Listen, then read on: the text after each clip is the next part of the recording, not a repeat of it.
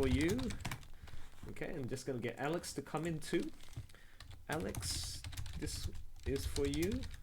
Come join us. Okay, so, all right, let's just double check. Yeah, yeah, man, the voice actors are here. So, hello, voice actors. If you guys got any questions, Hello, everybody. Yeah, yep, that's it. Okay, I'm just gonna get everything set up, which is looking good. Perfect. Oh, I think I can hear the credits. Who's that? Who's playing the credits? Damn it! Is that Mike? I don't know. I can only see a black screen. Who's this mysterious caller?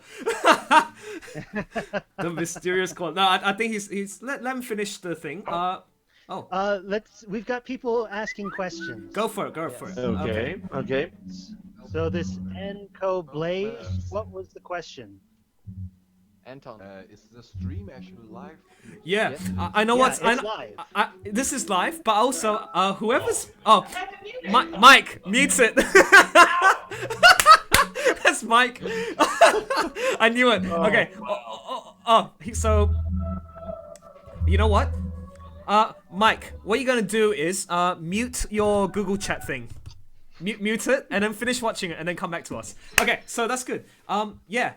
Questions. We also got Alex in. So this Enco Blaze says, what was the most challenging thing about working with a large production? I mean, everyone has their schedules and such and all, but what were the things that you guys had to cut off? Wow. Okay, that's an excellent question. The final part is deal with or such in order to get through it. That makes sense. Deal with or such in order to get through it. Well, I guess I did most of the production. I mean, first and foremost, I didn't do any of the artwork, okay? Because the story was written by Alex Kane, which you can see he's right on the Skype now, the Google chat. And then also, the person who was responsible for illustrating, providing that visual context was Rachel Bennett.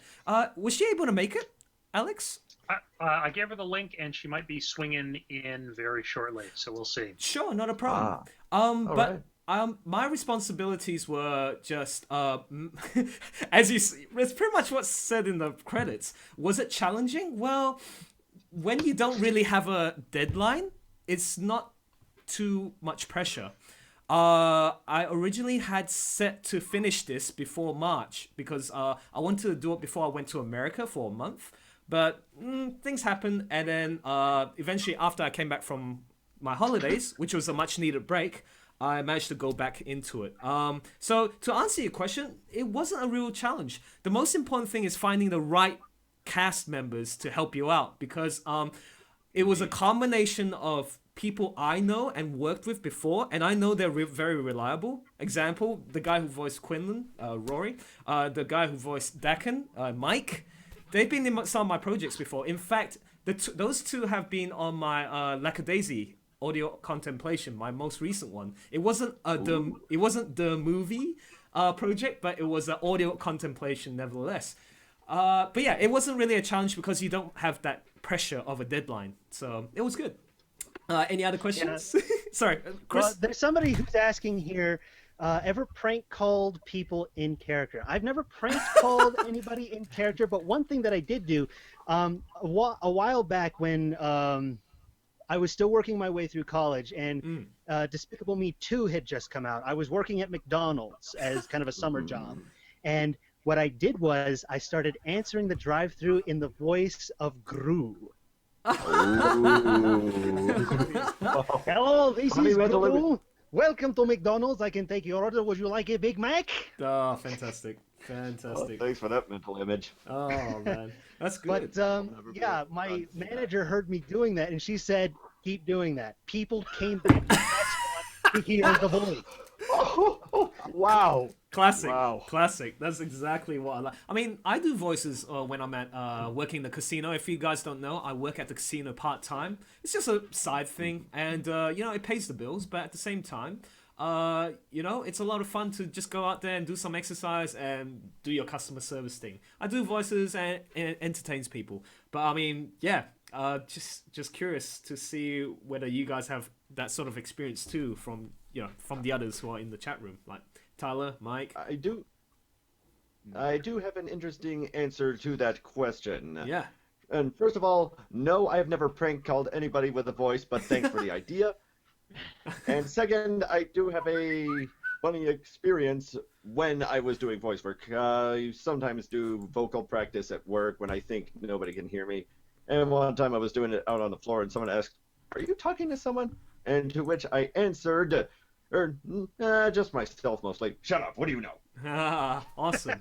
So I guess okay. So For the record, I should have said, "Silence, you fool." silence, you fool. Yes, indeed. Okay, I just Um, yeah. Go, Roy. Go for it. Oh, I was just gonna say, also never really prank called anybody, but I have used the Quinlan English accent once all night at my job. Somebody actually asked me, so what part of England are you from? I was like, whoops, I think I went too far with this. Nice, Oh. nice. That's- So oh, Mike, you gonna say? Oh yeah, well, actually, I don't know about prank calls. I've actually answered a lot of calls in customer service with different accents and everything. And usually, if it's the people I work with, they know it's me because I'm the only guy up in customer service. But any other way, it's most of the time it's the customers are just asking me where do I come from. Unknown. Oh, that's great, man. Oh man, your normal talking voice is pretty much Dakin, man. You are Dakin. We got 3 fans in the chat room. They were like, "Oh my gosh, I love that Dakin voice." I was like, "Yeah, man, that's what I'm talking about." I had 1 fan, yay! I had a hardened fan. Sorry, I had to put that out there. Somebody in the chat is asking, for the man who used to take orders as Groot, that's me, Kovabomb. Apologize for not catching. But if your boss at the time had told you to stop, how do you think it would have affected your voice acting today? Well, the thing is that I have been voice acting and doing voice stuff since I was a little kid. So if she had told me to stop, I would have stopped, and it wouldn't have stopped me doing voice acting in general. Yeah, it's just part of the job. But I mean, I can second what Chris said because again, for those who haven't heard previously, Chris and I have worked on comic dramas ever since. He was the one who first coined the term comic drama. I was fascinated by that concept. I was already working on something like that, but I didn't have a definition for it. But he pretty much solidified what it was. And then I started posting some of my stuff. You can see on the YouTube page. Please don't look at it because it's crap. Yeah. No, I'll tell you, even Chris's stuff, his first ones, were way better than my audio production comic drama for the first 5-10 videos. Much better. And that's what inspired me to do this eventually. Yeah. For all intents and purposes, I'd say that you, Elson, have kind of taken up the torch as far as comic dramas are concerned. I mean, the reason why I haven't been posting comic dramas recently, I kind of got out of it when my last comic drama went up. It was Sonic Comics, of course, and on the forum that the author of the story had, he didn't take down that post, but what he said was like, "I hate my own rules. This is good stuff, but it's tantamount to a full scan." So I was like, "Oh, good grief. I don't want to run afoul of this." So after that, it was like, brother, I don't want my channel to be taken down and all the stuff I've already done to be taken out and people still like it. So rather than run afoul, I was like, I'll keep voice acting in other people's stuff, but I probably won't make it myself. Tell me about it. See, that's why this copyright issue thing is so crucial. You have to be really aware of like what you're producing. You know, even though if it's like for a fan project or for a hobby, you know, you gotta really respect the creators. And for me, I do a lot of research first and make sure I know the content and also the creators themselves, with some exceptions, because Nordgard was an interesting one because I took liberty of like actually, screw that, man. It's like these creators didn't want to get back to me. It's like, I'm gonna do it. Long story for that one, but I will have to say, is it Rachel who just came in? Yep, that Krogan there is Rachel.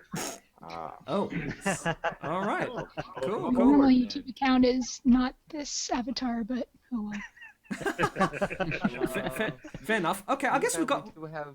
Oh, sorry. go So ahead. one thing I would put in, if you're going to be doing a voice project like this, if you can get the approval of the creators and get them on board with it, it's all the better, because it helps with the production value and also makes it so that you don't run the risk of running afoul. Perfect. Exactly. Perfect. Yeah, he pretty much answered that inquiry. And in fact, I was a bit worried because Jason, aka my good friend from San Francisco, who used to work in ILM and then now he's working for Autodesk. He just a couple of days ago, I was like all excited. It's like, yeah, man, I'm gonna get this out. Everything's finished. And then he just reminded me something. It's like, oh, but doesn't YouTube have that copyright thing? You better be careful. I'm like, oh, crap. Because you know how sometimes they won't play the audio or movie or video at all because of the fact that you're using copyright music. I totally forgot about that. I was like, oh crap, I'm using James Horner's stuff, well known around the world.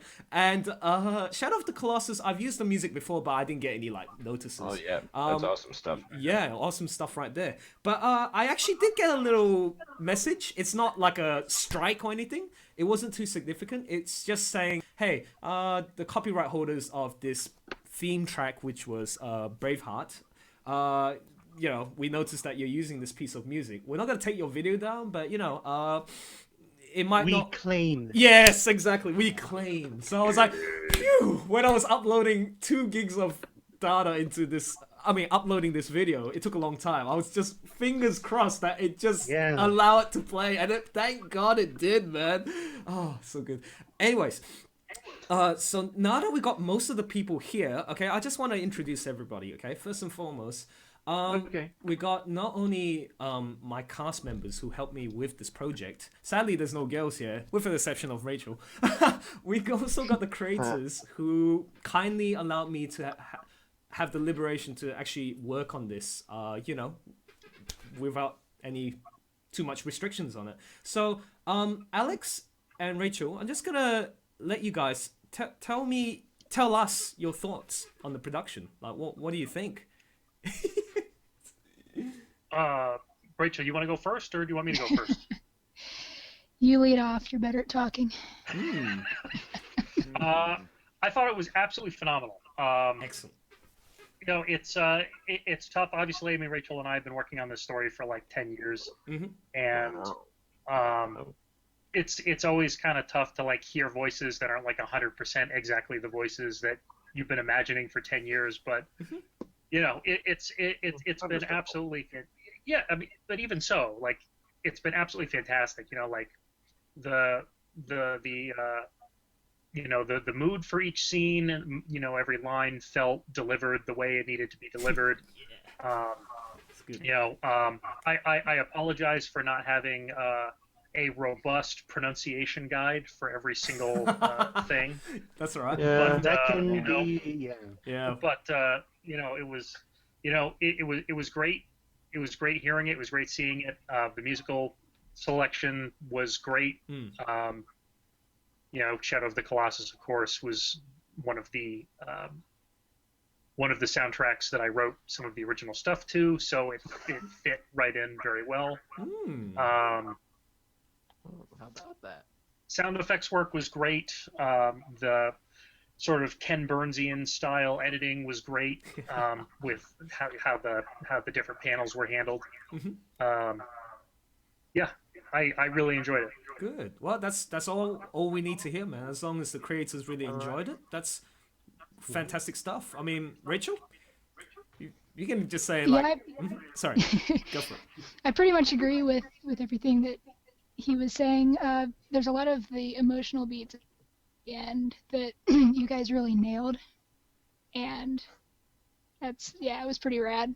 Awesome. Yeah, we were saying that the Rachel particularly called out, and I agree, the scene where Quinn gets nailed with a crossbow bolt. Yes. That whole bit was just exceptionally well done. Yes. Oh, yeah. You see, so now you can understand when you put yourself in my shoes. I had the pleasure of working with all these cast members, as well as the creation of the illustration work and all that. the story that Alex written, all of you guys have a contribution to this. I mean, I'm just the guy who had the opportunity and the pleasure of putting it all together. And the pleasure of doing my own voice acting too, because I'm an avid fan of doing voices too. And thank you so much, guys. It's been a real pleasure. It's been a whole year. I know if I was just sitting down and working on this like non-stop, like maybe 8 hours per day, I could finish it in a month. But I took my time, and I'm glad I took my time. And yeah, this was the result. And you can imagine when I was in the studio, it's just working every nook and cranny. I'm so glad that some of you guys actually picked out the details, the little nitty-gritty details. Like, for example, when I was in the Google chat, like, Alex noticed, like, even the noodles that Quinlan was eating, the slurp, I was like, what sound effect should I use for that? I was like, she does sound a bit gross eating that. But, yeah, it's all good.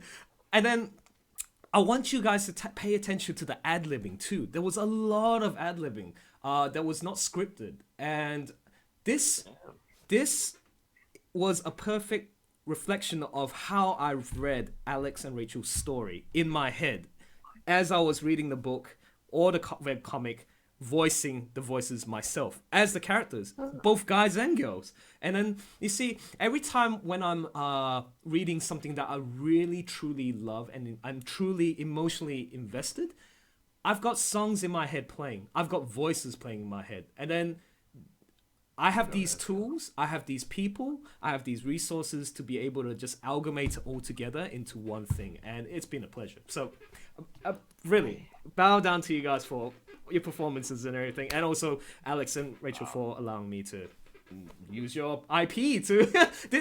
As you saw in the credits, the whole point of this is not only to get together and have fun, and also to sort of a portfolio thing to showcase everyone's talents, voice acting, the illustrations and all that. But it's also an opportunity to share this story with everyone who hasn't read it. That's my greatest joy. If I'm able to share this with every other people who hasn't read it and they love it too, that's the end game for me. Yeah. So I'm gonna let each of the cast members share their views. I mean, okay, Rory, I'm gonna go to you, man. So Quinlan, my favorite. There were so many good moments, man. Thanks a lot. Yeah, no, you. Should we do it in character? You know, I'm gonna be hardened right now. No, actually, I should be Quinn, my boy. Just Quinn. Sorry, what's that? Oh, so funny. I don't know. I just had a blast doing this. This is actually the first time that I've been able to use my English accent. And it nearly didn't happen. Allison, remember you and I accidentally read the notes wrong? Yeah. And we were almost going to be doing the Irish accent. Yes! I remember that. I remember that. That was crazy. Yeah. I was practicing that accent for like a week, and then by the time we got to the call, I was doing all the lines in that accent, and then we noticed, oh, wait a minute. Squirrels are supposed to have the English accent. Oh, that was hilarious. Yeah. You see, so Alex, I mean, this wasn't 100% like, I mean, most of it was. I'd say 80% was like my envisioning of their story, but it was also good to have a bit of direction from the original creators. Like, oh, so this is how you pronounce certain words. Like, you know, Chenelo. I thought it's like the Treaty of Chenelo, but it's actually Kenelo. So last minute, I like realized. Okay, think about this. From the beginning, Kinosh was saying, you know, yes, Dakan, the Treaty of Chenelo. When Chenelo was said, right, that was already put stone, mortar, stone. It was already set. Then when I got to Clovis's bit, it's like, Kinosh, old friend, good to see you. And then suddenly he says, the Treaty of Kenelo. What? Wait a minute, Kenelo or Chenelo? Kenelo? It's like, oh shoot, I better go back and fix it up, man. So that's why I got David to, David, aka he's not with us sadly, but I got him to pronounce it as, you know, Chenelo. Kenelo, not Chenelo. But even though Chenelo sounds awesome. And Rory, yes, he made a very good point. It's like, I remember those Skype consultations. This is the process, guys. When I find the cast I'm looking for, I do a Skype consultation with them. Now, not all of them will be equally distributed in terms of like the time I give. It really depends on the impression they give me. So, I mean, not to give like, sorry, to point out personal favorites. I mean, Rory, I picked him because way back, we were told by this guy named Nathaniel. He was a big fan of Nordgard, yeah? I was a big fan of Nordgard too. And we were both, hey, why don't we do the comic drama to this? And then that's when I did the movie. That's the short story. But Rory at that time and I were given roles by Nathaniel to do Crimson Flag. Crimson Flag is another webcomic series. And then you see, he's laughing right now. He voiced as Lothar? Volta? Volta! Do your voice, man, because I don't know how I'm supposed to be doing it right now. I don't have my hat on, so what do you expect of me? So that was his voice. I was like, yes, I want this guy in my story one day. And then right now he's here, so he did Quinlan. I'm so proud and happy because he also posted an elaborate feedback on the Nordgard movie. He said, oh man, awesome production, blah blah blah. And you know, I was so humbled by that, and the fact that I know his voice work was good. That's why I got him in. So brilliant. He did a great job with Quinlan. That last scene with like, you know, where he's like, Captain Kinosh, and it's like, oh, I was like, Dak. I was like, yes. I was crying, man. I was so crying. Yeah. So he did a beautiful job in that. Okay. So Rory, you got any last words before I move on to another cast member that I want to talk to? Really glad that you accepted my audition. I was not expecting to be able to get Quinlan, so I was very grateful, and you just did an excellent job, and so did everybody else. Yep. Everybody was spot on. Right on. Nice. Yep, absolutely, man. And you know what? Originally, Rory also auditioned for Dakin. And I was... Actually, that was the one that I expected. And I was like, oh my god, I can't choose. I'm like, is it gonna be Wolfblade 93 or Rory Griffin to do this? It was a tough pick, man, because I needed two very strong and reliable voice actors to help me out here, and I couldn't be any happier. So thanks again, Rory. You did an excellent job. And then yeah. So now Mike. Dude, your Dakin or Dakin is just woo. Well, I love your well. Love that. And then you know the last bit. Oh, your scream was like, actually, your original screams. There was 4 of them to pick, but I actually combined 2 of them to lengthen it. So there was a lot of technical stuff that I added, like, you know, additional filters to make sure it's not too over empowering and not too slow. But I love when you did the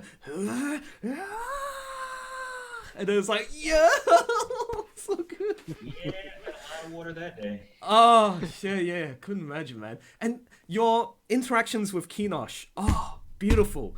I mentioned to Alex about that scene between Kinosh, the father and son, arguing. You know, this getting into the crux of the conflict, which he doesn't personally like to talk about.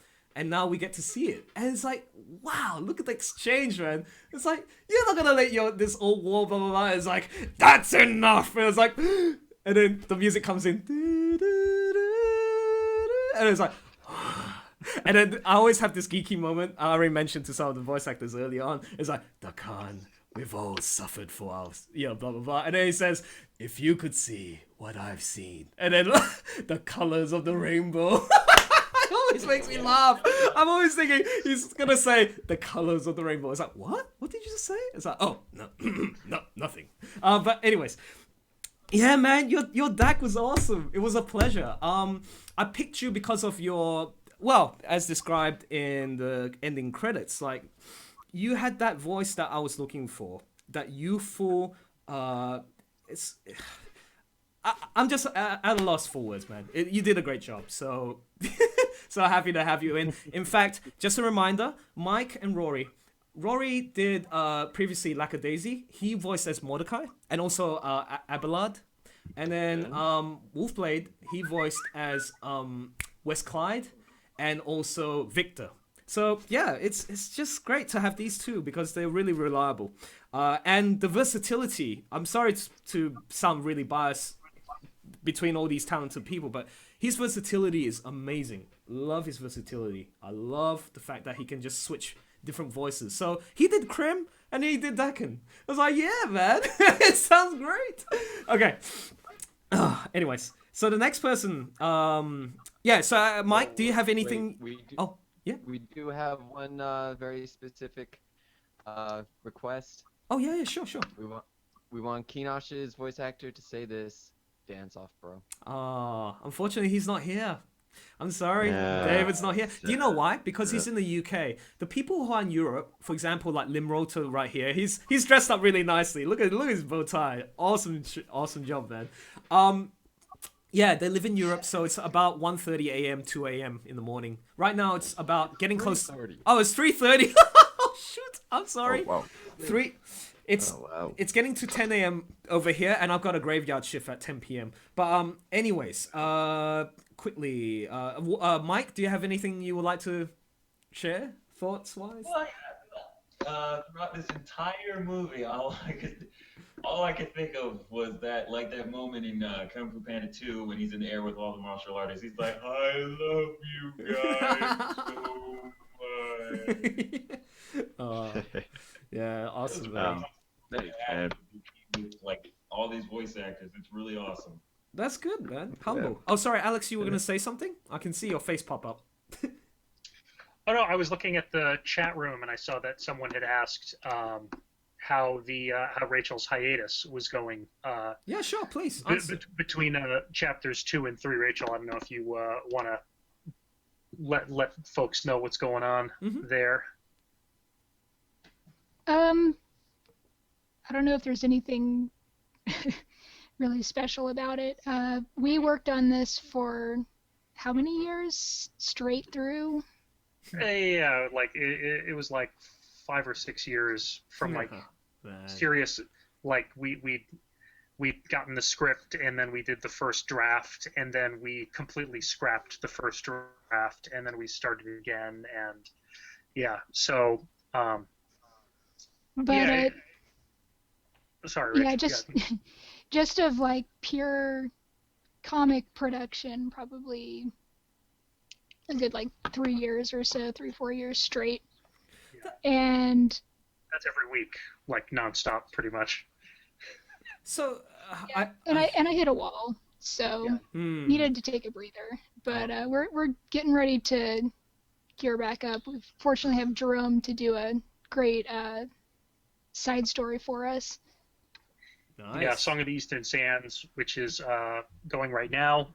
It is an absolutely phenomenal story that we've sort of wanted to tell. Something a little lighter, a little cheerier after the end of chapter 2, which is kind of dark. Yeah, so that's been great, and the script for chapter 3 is in a great spot, we think, and we're gonna start pulling that together soon. We've obviously been kind of preoccupied getting merch together for the convention season. The book of Volume 2 is going to be coming out this summer, so we'll be selling that at a couple of conventions. We'll be selling that online. We're going to have like T-shirts and prints and all this cool new stuff, and Rachel's been just cranking out some amazing work for that. So when that's all done, chapter 3. Well, we're looking forward to that, man. Seriously. All right. Just curious, Rachel, I think from Twitter, you're like an animator as well. So you're doing that full time as well? No, I'm actually in a stage of looking for work at present. Freelancing then at the moment. So. Yeah, I've got like a regular day job doing menial stuff, and I've been lately upgrading my portfolio to go after more in my field type work. Did you actually graduate like from a art school, or was it all self-taught? It wasn't an art school. I went to just a regular school that had a decent art program and went through that, and Yeah, it's school is good for me because it was a time to put on a schedule. Okay, you're going to do these projects, you're going to do do the work. It kind of uh, makes sure that it gets done and that improvement happens, and you meet people, and it's good. Absolutely. Cool, man. Well, like I said, we wish you all the best in producing book 3, man, because I know it's a lot of work. In fact, I'm going to be embarking on my own journey too for making a webcomic. Ashworth is on the roll right now. I'm so pleased because I finally got a writer. After so many years, like 10, 15 years, I've been working on this, like just many different drafts. As people can see on the camera, I'm holding Grand Hunter right here. That was my first production, 200 pages. But it's a super crappy story. So until I met David Lilly, the creator of Dreamkeepers, he was the one who taught me good storytelling. And because of that, now all I needed to do was improve on my visual stuff and focus on accommodating my weaknesses, which is writing. And so now I found the writer. He's already finished the first book. First 100 pages. We're gonna go over the draft several times until we get it perfect, and then I'm gonna start drawing it. I'm so excited. So a lot of these stories, yeah, it's been really exciting phase. Also, Awesome. I'm just gonna say real quickly. Okay, so Lim. Now we get to you. my cowardice. Oh man, that day when we were doing our Skype consultation. Seriously, I was saying, okay, I have this voice in mind. I want you to sound as Scottish as possible. And it took a while, man. It took a while, but he managed to perfect it. And it was exactly the voice I was looking for Cowardice. So you did a great job, man. We had a lot of fun. Yeah. Because I remember, like, initially, when I forgot to read some of the notes that Alex sent, because I was like British. Sorry, I imagined him having British accent. And then we were working on the British accent. And then suddenly it's like, oh crap, no, it's a Scottish accent. It's like, oh, okay, let's change it. And I was like, yeah, man. Yeah, no problem. It was I think we worked on for 30 or 45 minutes or so. Yeah. And you said, well, let's change it. I was like, oh, okay. If that's what you want, then sure. Exactly. No So his delivery was really good, but also, his ability to deliver those lines in time is just really good too. I'll give an example. As stated in the credits, right towards the end, I was like getting close to finishing the audio. I was thinking, I don't think I should use my voice for the Ermine Warriors because it's just going to sound too samey. So I decided to say, hey, who's available? Then put his hand up and I got him to do the last part. The 2 Ermine Warriors that was fighting beside Tyler, aka the One-Eyed Ermine. So yeah, one of them was holding the axe and one was holding the blade, the kata blade thing. So it's a lot of fun. Yeah, so do you have any words you'd like to share with us about the production and all that? Say the same as the rest, but I think they have been spoken already. Oh, okay, I see. No worries. All right. And then Tyler, yeah, you did a great job as the One-Eyed Ermine. I told Thank you, you, sir. Sporadically you were spread out. You were just like 1/3 of the way, halfway, and then 2/3 of the way. It's just amazing how you were able to split into those 3 sections. And that tells you how wonderful the storytelling is and how they did not waste any screen time for the important characters. Even though he was like minor character, he was still exposed really well. So yeah, your fight scenes. You gave me only a limitation of like this. I would love it if you could next time, if I were to give you a project, make sure you record more samples of like ad-libbing, yeah? So that I can utilize that to the fullest. Definitely. Yeah, but I mean, do you have any additional words you'd like to add to the feedback? Oh yeah, definitely. First things first, I'm pretty sure you remember that my audition did not sound like the final project. It was originally a very deep kind of voice, kind of hard to say, but it was no accent. It was just American, my basic. And then you talked to me, and we fine-tuned it to sort of this snarling Scottish voice. Yep, that's right. With a lot of Liam O'Brien into it. Oh yes, you put a lot of gruff and passion into that. I really appreciate it, especially like right towards the end. Oh yeah. And I was pretty much determined, and this is kind of a gift that I have. I play a lot of small-time characters in some of the smaller projects I'm a part of, and I have this philosophy. If I have a small part, I am not going to live it down. I'm going to give it my all, no matter what. Good. And it has gotten me some pretty good results. Some people have liked me for being over the top sometimes. Yeah, man.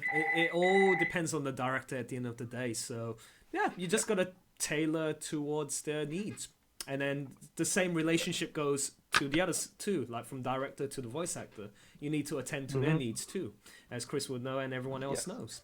I guess the other person that I haven't spoken to yet is Josh. You've been really quiet, man. Yeah, I have. yeah. You've been Did you read the credits right at the end? Yeah. I did read the credits, Elson. That was very, very nice of you. Oh, my pleasure. Well, he is the perfect Ashtor. I was very pleasantly surprised to have this guy I didn't expect this dynamic because it was really important to find, because I was playing as Harden, for those who don't know in the chat room. Yeah, I saw. Yeah, and thanks for the compliments, whoever said you love Harden voice. Yeah, got a fan. But yeah, I needed somebody to back me up, like really contrast with my voice. The really determined and ready to move forward, the strategist. But then you got the advisor, and his voice was just it wasn't too senior, like not too old, but it was just right. Just right. I love it. Perfect inflections. That's exactly what I was looking for. And just enough to keep him in line. Exactly. And there were some really good moments that I really enjoyed between him and Josh, because and this wouldn't have been possible without the excellent writing from Alex, and also the fantastic illustrations that was portrayed by Rachel. So, seriously, man, it's really good. It's really good. That's why I was emotionally invested into the story. Right. Do we have? Oh, sorry. Yeah, Rory, you gonna say? We actually have a very interesting question over here. Go for it. This is from Adelier Bagger. I'm sorry if I mispronounced it. Here's an ambitious question. You think your team will be up to it if Beyond the Western Deep becomes a game somewhere in the future? Oh boy, well that's completely up to the creators. Own indie game, so well, that's up to them. That's up to them. That's up to them. It really depends on who's making the game and what resources they have, and if they know about us. Exactly. Well said, Chris. In fact, Alex and I talked to him about this, the video game thing. I will have to point out again, I know it's just a reminder, Alex was the one who wrote the story to Dust and Elysian Tale. For those who have not played the game yet, you should play it. It's amazing. You have not played it too, so... Yeah, it's amazing. Really good stuff. I plan to. Hey, Elson. Yeah, go for it. We've got some questions in the backlog. I think maybe it would be appropriate to do a little quick lightning round here of questions that we didn't get to. Sounds great, man. So let's here's one. Here's one for each of the crew. What race would you most likely be in the Four Kingdoms? Ooh. Me, I would probably go for the Lucian? That would probably be me, but I was the voice of the Canids, so maybe somewhere between there. Oh gosh. How about we move from so Chris, and then we move from left to right. You guys can see the boxes, right? So the next person will be Josh. We'll end it with Alex at the end. So Josh, you're next. Well, I would be urban, of course. What would you possibly expect, I tell you? Okay, and Rachel, I believe you would like to be one of those, what do you call it? Otters. Otter! I'm actually not sure. Like, character-wise, yeah, sure. Yeah! I mean, actually, I'm sorry, I have to cut this real quick. The Khan or Dakan was actually your character initially, wasn't it? He was, yeah. In an early draft of the script, Quinn had a best friend, and he had a different name then. I think he was still an otter. Oh, I see. So, but yeah, when I was brought on, Alex pretty much took the character and swapped in mine so that both of us had some kind of fun personal investment in the project. Oh, that's lovely to hear. It's good that you were able to take, your own creation and then bring it to life in the story. Fantastic. Yeah, stick with the honors then. Stick with the honors. Okay. I love them all, but yeah. Good. Lim, your turn. Oops. Uh-oh. I think I can see his mic. Oh, good. You're unmuted. Okay, your turn, Lim. Oh, sorry. Yeah. Yeah, the ways of colors. You mean that to me and fair enough. Okay, Rory, what would you like to be? Well, the Tamian's very pleasant. But honestly, I would reserve judgment since we haven't been able to fully explore all the kingdoms yet. I don't know, maybe I prefer to be. He makes a fair point. That's a very good point. Actually, I was just about to say the same thing, but he answered it for me. Cool. So, yep, Tyler, your turn. Who would you like to be? At the moment, I'd probably have to go with the otter race, but that is a for now kind of thing. Odds are I might change my mind the more I look into these races and stuff like that. For sure. Mike? Like, no, their social status and yeah. Yeah, of course. Mike, who do you... Well, honestly, I'd hate to say the truth.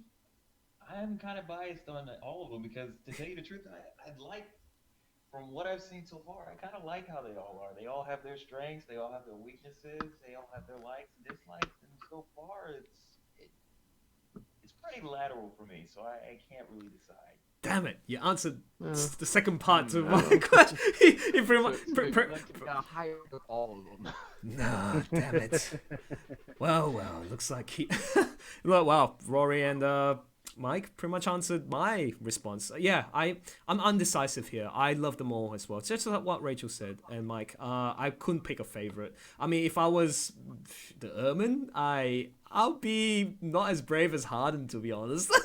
I can fight, but I don't think I don't know. There's just too many sacrifices to be made in to be an Ermine, if you were the leader. And that's why I like Ashtor's role, because of the fact that he's the counterbalance. He makes sure that, what you're doing is morally right, so there is a human element to that, which I liked. So the Ermine was able to present what happens if you were in the... I don't want to use profanity in the crap, in a very crappy situation. And how do you get out of it? How do you fight back, or are you just gonna whimper and let them take over? So it's very brave. Damn it. Yes, I love his voice because I'm trying to imitate. I'm actually learning a new vocal style from just Josh's voice. Look around and just look at all these people. I love how he talks like this. Oh, Harden. Anyways, yeah, so that's my answer. And then, Alex, what are your thoughts to that question? Oh. Yeah. Yep. Kanan. You be the Kanan, man. Nah, it's let me see. So like when I wrote the first draft, Quinlan was basically me. Obviously my personality has changed a lot. So I guess I have to sort of err on the side of Lutrin now. Kind of I'm a lot more outgoing and boisterous than I was in my early college years. So yeah, gonna have to go with that. Interesting. Okay. Interesting insight. Okay, Chris, continue on. What's the next question? Okay, so next one. Question to the cast. Whenever you would go to sit down around doing your lines for the movie, have you ever gotten immersed with the character? Oh, excellent. I would say totally. it's different from actor to actor. Me, myself, what I do is I look at the character, I read through their lines, and I kind of form a mental image in my mind of how they would sound. How does this character make me feel? And that comes out in the voice. So you could say I get immersed. I kind of make friends with the character, so to speak. Kind of a little background thing for Disney characters. If you go to a Disney park, and you ask if somebody plays as a character, they won't say that they do. They say that they are friends with the character. I am friends with Pluto. That means they played as Pluto. That's kind of my thought on it. I make friends with the character. I get to know them. Nice insight. And Josh? Yeah, that was a very good answer. It's like, next. Well, when I'm recording, I just try to keep in mind, really, the direction that Elson gave me. When we have our Skype consultations and we're reading back and forth, I tend to get more immersed into it because we're in that situation. But yeah, I just try to keep everything in mind while I'm doing it. Excellent. I'll take note of that in future. See, it's good to hear this kind of feedback because in order for the relationship to work, I mean, to get the best product possible, you need to know the strengths and weaknesses, and perhaps this will be an enhancer to the performance. So, okay, I'll take note of that. Next time, do more Skype consultations and give you direction rather than just writing it out. So, Rachel, well, I'm not sure if she's done voice acting before, but I mean, I guess. Oh, any thoughts? It's like, I think her mic's mute at the moment. But It is, yeah. Oh, sure. Have you done any voice acting before for fun? I can't say I've never tried it before, but I have determined that it's probably not something that I am very good at. Fair enough. Yeah. Rachel's actually doing an impression right now. That's not her real voice. Nice. All right, Lim. Well, I would say that when I do a character, and that's even more general, when I do it, I try to picture what that character would sound like. So I do a recording, and then I expect to hear myself saying something with the exact tone that I'm imagining. And if that's not what I'm hearing, I would just redo it and try to understand this character. Why does he sound, or she sound like he does? So it's trial and error. I noticed that's your approach. First time when I was doing the Skype consultation with him, he wanted to make sure he did his own interpretation first, and then I gave him the direction. Okay, this is how you go. More Scottish, more British, yada yada yada. Oh yeah.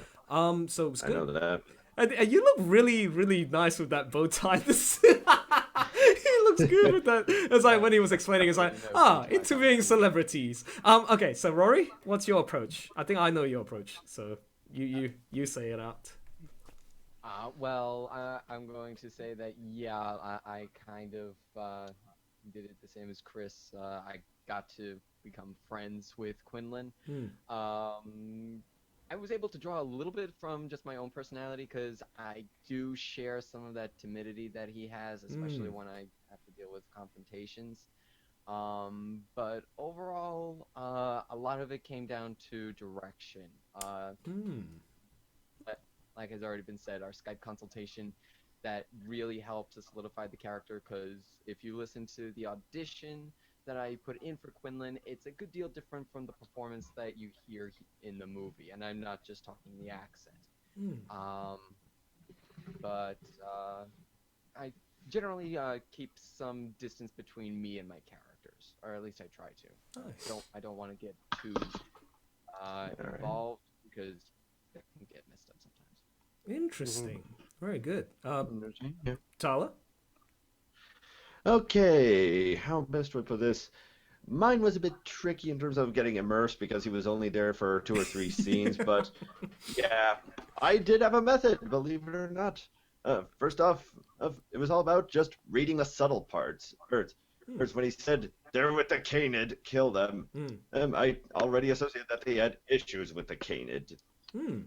And so that obviously installed anger. And the best way for me, especially with an action scene like this, is to think back on an emotional or an eventful part of my life and just try to recreate it in that motion, get myself riled up. Excellent. That's good. I do remember actually working myself into a bit of a sweat and trying to get myself that appropriate levels of angry. Okay, nice. And just as a side note, this kind of answers another question that was recently posed as to whether or not our characters bleed into our own personalities. It doesn't really work that way. It more works our personalities bleed into our characters.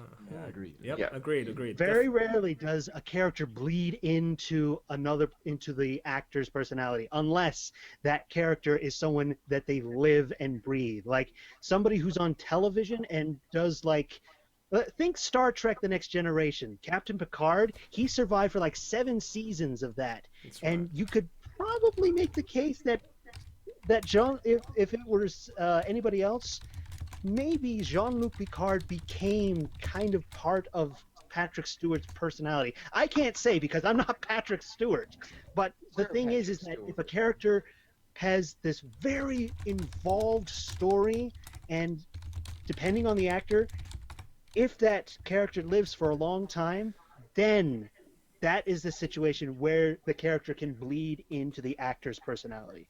Yeah. For us, Yeah. it's not really that case. Yeah. Great. Absolutely. So anyway, continuing on. Yeah, sure, man. Great explanation. And Mike, now it's your turn. Well, from experience, I would say that it would be a combination of what Rory and Chris said. I mean, like you said, that the actor bleeds into the character. Well, with Dakin, it was surprisingly easy because after reading all the backgrounds and all the backstory and everything that Rachel and Alex made, Dakin's a really easygoing character. It's actually pretty good to just try to get that out, get the voice. Exactly. The personality. For sure, man. Get closer to the mic, by the way. We're hearing you just from a distance. But yeah, exactly. I remember when our Skype consultations, I said, man, how I envision this guy is like very casual and not too casual, but he's like a good guy kind of person. So I was just hoping you could reflect the inflection I was looking for, and he did. So immersion of characters, yes. For me personally, yeah, I just have to be emotionally connected to what I see on page. As simple as that. If I'm really truly invested in a story, once I finish it, I'm like, damn, that's an excellent story. Now let's see who can I voice. And then I'm thinking, I'm just playing to my strengths, really. I'm just saying, okay, no, I don't think it will work. I don't know. It's just personal preference. When I find a character that I really like, for its personality, mannerisms, their actions, their dialogue, everything, that's when I start trying a few voices. Keep in mind, every time I read a really good story, I am actually reading not only in my head, but just reading out loud, because I love doing that. But so for Harden, it was just a no-brainer. I want to be a hero in a different way. I love being like sort of an anti-hero kind of thing. It's like, it's not anti-hero, it's just sort of, yeah, he's badass. Everybody likes to get acquainted with their inner anti-hero. Yeah, let the bad boy out. Let the bad boy out. Yeah, That is very true. it was just so good, and to be able to counterbalance that with somebody, aka Josh, who was Ashtor, to bring some meaning, humility to my personality, because I was all about, no, we must get revenge, we must kill them, they're the ones responsible. And then suddenly, like, you got somebody saying, no, Harden, what you're doing is not quite right, you should think about this and that and that. I'm like, maybe you're right. So I was like, it's beautiful. So okay, cool. Next wait, did Alex answer this question? I think everybody did. Okay, cool. Wait, So what the was last one, What was the Okay. question?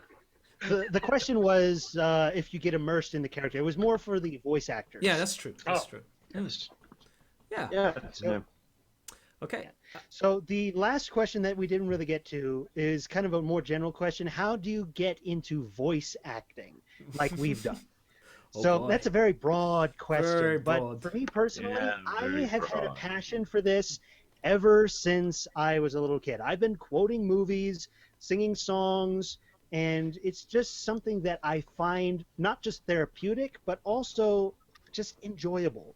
For me personally, it's just something that I have a passion for. If you have a passion for something, then it's pretty easy to get into it. And once you understand your own abilities, you take the leap forward into developing them. For me, Once I realized that I could use my voice as I do, I took a few classes to kind of improve my technique, and also I made sure that I had the right equipment. Oh yes, that's very important. Good equipment is important. You don't need top of the line. Just as long as it's clean and clear, then it's a good thing. So for me, getting into voice acting is just following the passion and being willing to invest. Excellent. I think you pretty much he's the voice of reason. He has answered everything for us. Actually, just to add to that, I have to emphasize this really important. The equipment. Just to let you know, if you guys are interested in like getting into a project of mine in future, there are 3 things I mainly look for. One of them, the first priority is the quality of your audio recording. So the sound quality. I don't want some crappy mic or whatever, because there's much less of a chance that you're gonna get the role, and it shows that you're not that serious. Some people are serious, but they can't afford it. Understandable, but the ones that have top priority are the ones who have great equipment, and most of you guys have that. So again, as Chris said, you don't have to have the super expensive stuff. I was traveling around the world. I went to different mic stores, and man, you can get up to like $5,000 for a mic, man. Like professional studio quality, yada yada yada. For singing, it was like a gold mic that I saw in Canada. I was like, wow, that's amazing. But you don't really need that for our purposes. Just so the people in the comments know, I'm putting a link to a video that I did a long time ago. It's how to make a comic drama. Yes. And in the second part of the series, it has okay, let me. Yeah, while you fixing that, I do like that. Chris made how to make a comic drama. He defines it. He tells you how to do it, and just it's a really. For pity's sake, it keeps on saying that it's not sending it because it's a web address. Oh, I see. Fair enough. Otherwise, just go to my go to my YouTube page at Kovabomb and look for how to make a comic drama. A lot of that question is answered in those 2 videos. For sure. That's it. Very good. So yeah, I mean, that's pretty much what Chris says, man. You just have to have a passion for it, and once you're into it, you're really into it. Whether it be for professional or hobby, it really depends on the circumstance. If I may contribute. Yes. Yeah, please go for it. I actually do have a contribution, and first of all, I have been wanting to get into voice acting pretty much since I got out of high school. I had some subconscious thoughts about it earlier on, but when I graduated high school, I think that's when I really wanted to try. But here's a lesson anyone wanting to get into voice acting has to learn. It is called voice acting for a reason. You cannot just read the lines out loud in a common mic and submit it and expect to get a good job. You have to commit to it. You have to commit to being a good actor too. Oh yes. You have to convince the audience that what you are saying fits the situation and that the character is believable. Yeah. It is a lot more than just reading lines off a paper. And it's good that you it's very good that you pointed that out, Tyler, because that's the second thing that I look for. The first was the quality of the your mic, or the vocal quality of the recording. Second is your performance. If you can nail a very convincing performance, like in character, and it sounds good to me, hell, I'll pick you right on the spot right there. Third one is pretty much if you got the accent right or something like that. That's it. Just the first 2 are the priority, which is first mic quality or the sound quality, and then the second is your performance, because I can tell whether it's really flat or like really solid performance, because I heard over 76 auditions for this for this project alone. So yeah, it was good. That's why you guys were chosen. You were the best. Chris, this is a recommendation. What the recommendation that I have, I've heard a lot of auditions over my I won't say career because it's not a career, over the projects that I've done. And one thing that I've noticed is that it comes down to attitude. If you go into an audition thinking, I want to be famous, you probably won't get the part. Because you're just reading off the page. Like he said, You're just reading off the page, and you're not investing in the character. That's right. You do an audition because you want to do it. It's not, if you get compensation for it in the form of money, or if you happen to get famous off of it, that's a perk. You can't go into the audition expecting that. Mm-hmm. Right on, right on. Yeah. Whatever character you're gonna. And if you want that money, you gotta. And if you want that kind of money, you gotta earn it. Oh yeah, you gotta put your heart and soul into it, and actually not just the performance aspect. You gotta build up your network. That's really important. It's the same for anything, any kind of job or career. More especially in the entertainment industry, because if you, I mentioned this. Yes, in the show. you mentioned it. Yeah. That's yeah, right. how in today's voice acting market, you need to have a really good agent who knows your moral standards, and you need to be willing to accept what the director has in mind. That's part of the reason why I haven't really made this my career, is because I don't use profanity and I don't do lewd, crude, or stuff like that. So that's why I don't do this as a career, because I know that if I were to try to support myself off of this, I would have to be willing to do things that I wouldn't want to do. For sure. I have had some paying gigs off of this, but they are perks. I don't expect to be paid for this. For sure. I remember that. You did the readout for the guy who did the novel, wasn't it? The West. Just trying to think. Yeah, it's good. Is Framed by Claire M. Paulson. Absolutely. All right. I'm just gonna double check on the time. It's 10:14 a.m. over here. Over you guys are about 10 p.m. How you guys doing? I mean, you got feel free. I do want to let you know. Feel free to just politely just say, hey, I need to get going, and etc. etc. Just leave whenever you want. But I feel that I'll be going in about 15-20 minutes or so, and then we can wrap this up. I can stick around that long. I can stick around.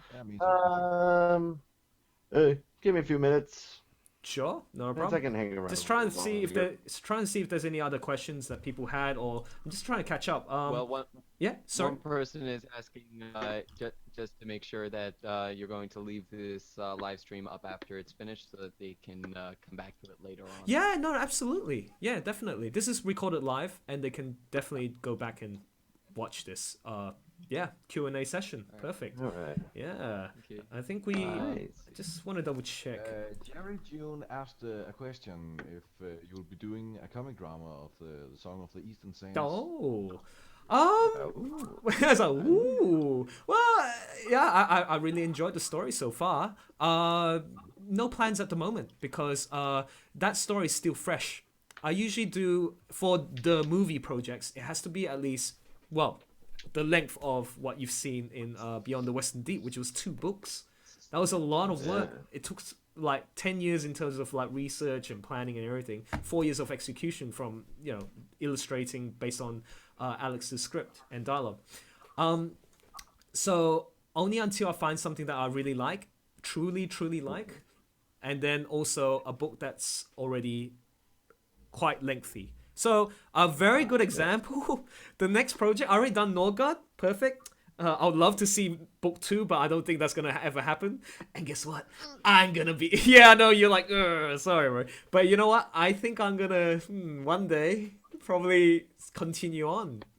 Watch this space, man. I think I might be doing a side story. I mean, I know there's somebody who's, he's the guy who made the Nordgard card game, Tempo-kun. But I'd like to keep in touch with him because, again, my strength is not in writing. I can give ideas and illustrate. I give him the ideas, and he might say, hey, that's cool. Here's the script. It's going to be just a 10-pager thing first, and then eventually, if it's really good, we can expand that. So, sorry, going back to the main question.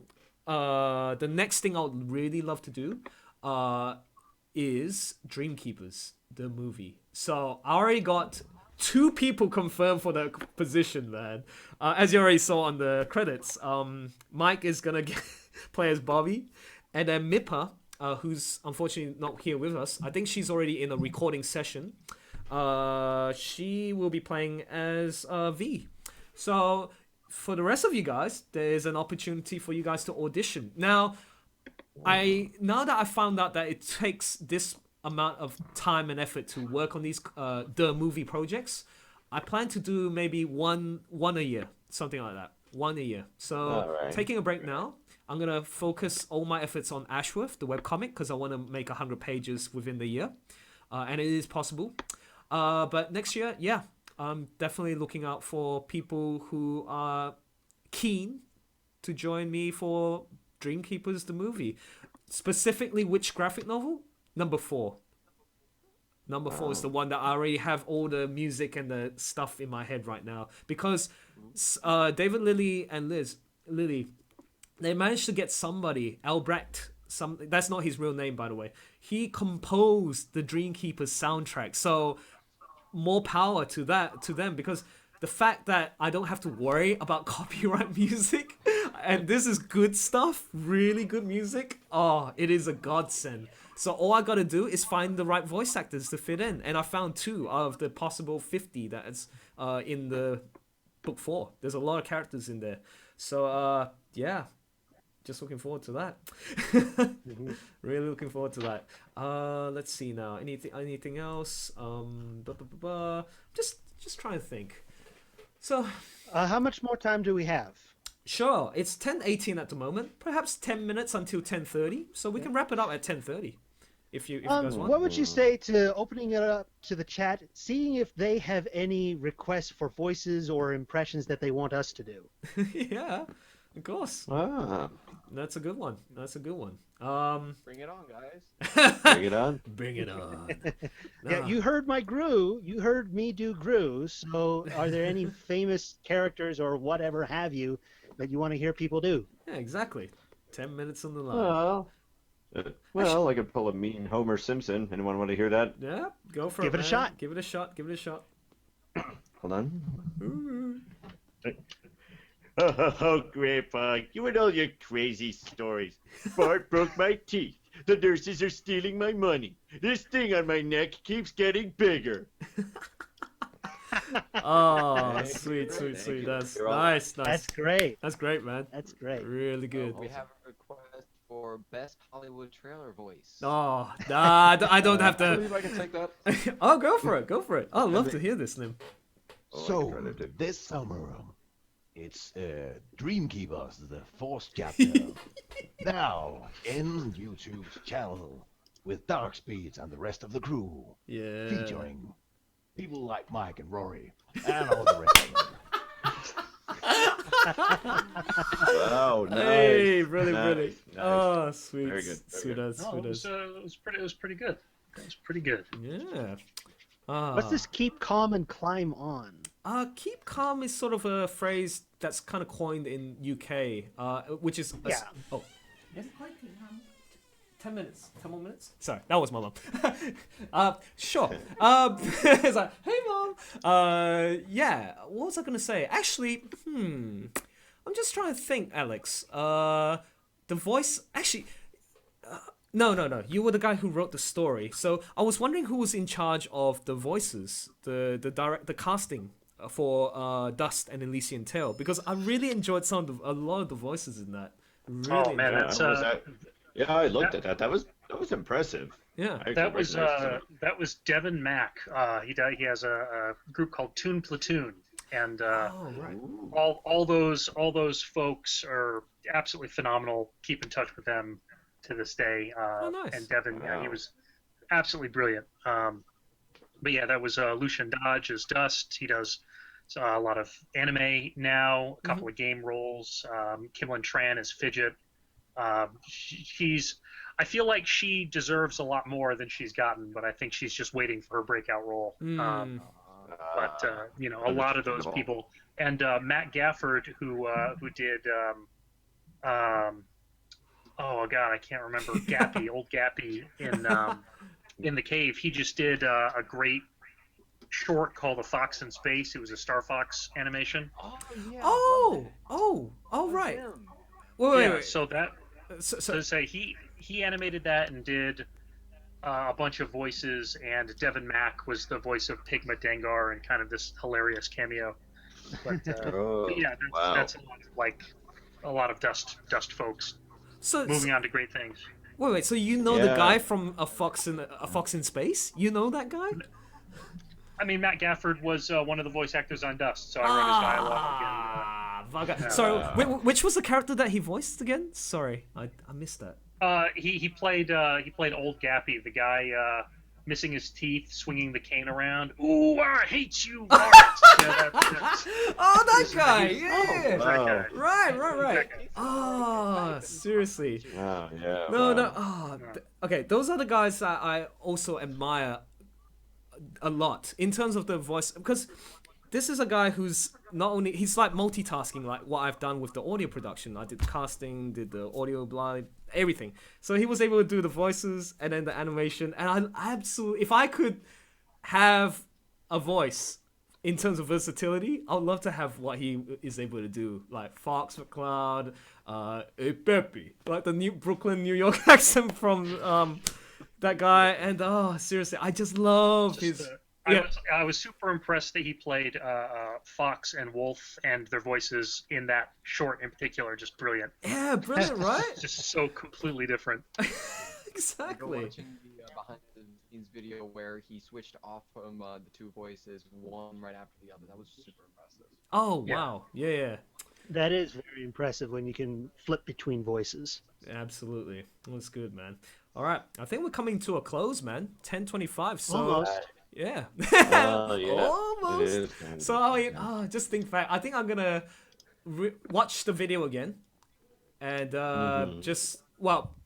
really just because when I was watching it just now, I was just too busy typing away. It's like, replying to comments and just like, yeah, excited. But now it's like, you know what? I'm gonna give myself a week and then just watch it again in full and just really appreciate the performances that you guys have given to me, and also the story that Alex and Rachel has laid out for us to work on. So it's a real pleasure. Thank you so much, man. Really appreciate the fact that you guys gave us this opportunity.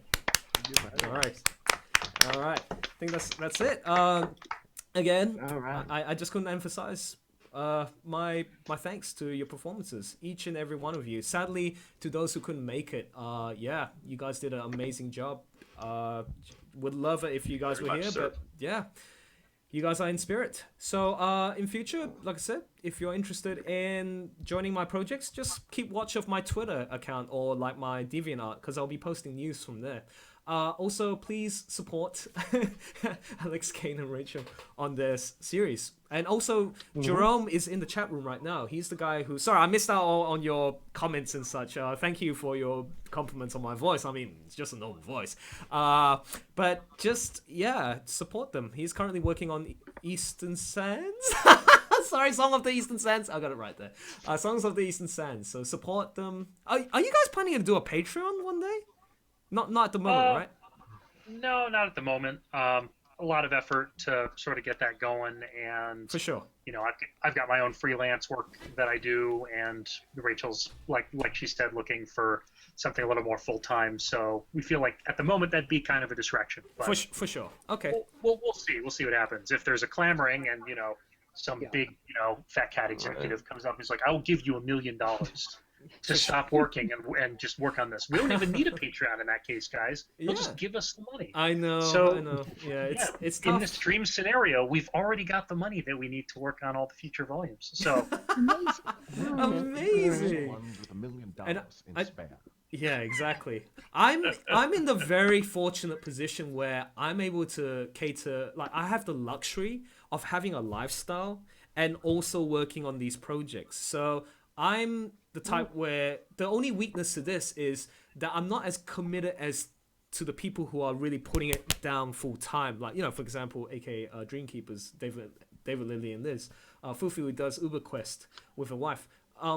So me, I don't like to sacrifice my lifestyle. Lifestyle means getting the time to spend quality time with family and friends, having holidays, eating the food I want, and spending money on the things that I really enjoy doing. So, people do have choices. They just got to take advantage of the situation where possible.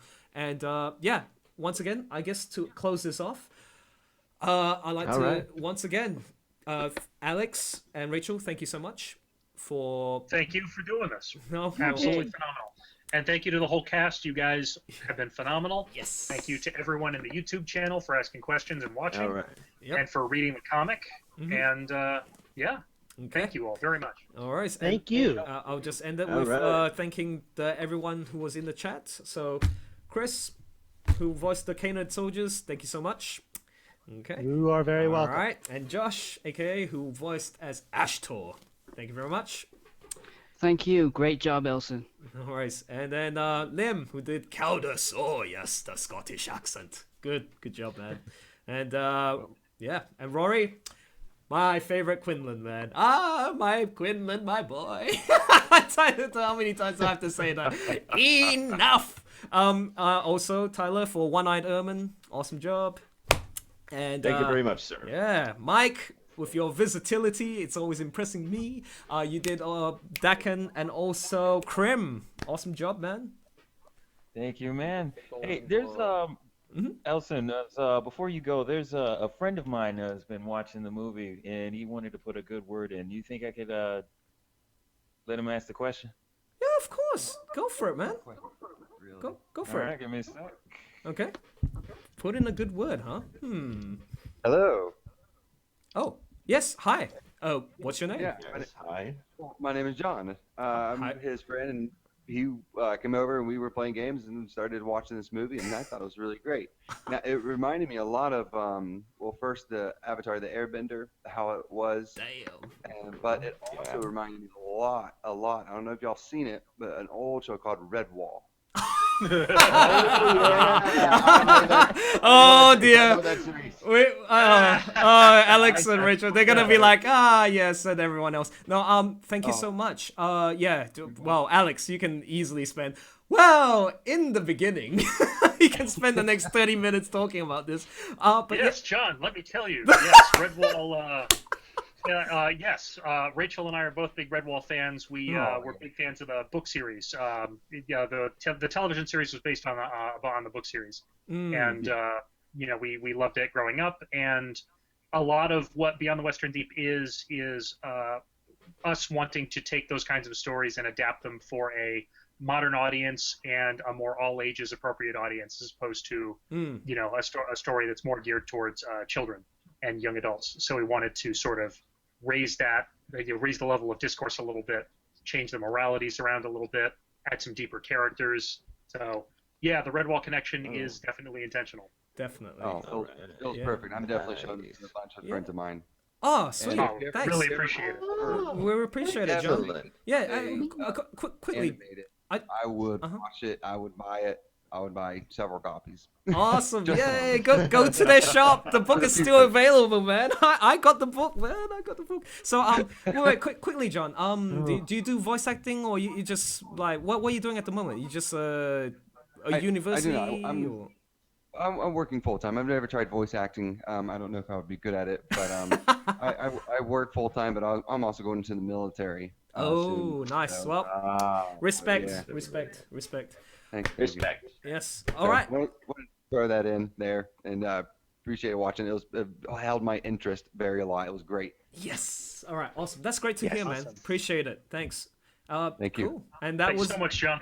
Yeah, that was John right there. So thanks for that, Mike. Appreciate it. So yeah, that's it. We've said our thanks and our farewells. And as host, I'd like to say, I bid you guys farewell to another project in the future. Have an excellent weekend. Well, weekend? All right. Week. Sorry. All right, everybody. Yeah. Take care, Good night, guys. everybody. Bye. Ciao for now. Take care, guys. I say, adios. Yes. Brilliant. Okay, let's go. Okay, bye. Bye. Okay. That's all, folks. let's see who leaves last. I'm just gonna wait till everyone leaves. Okay, good.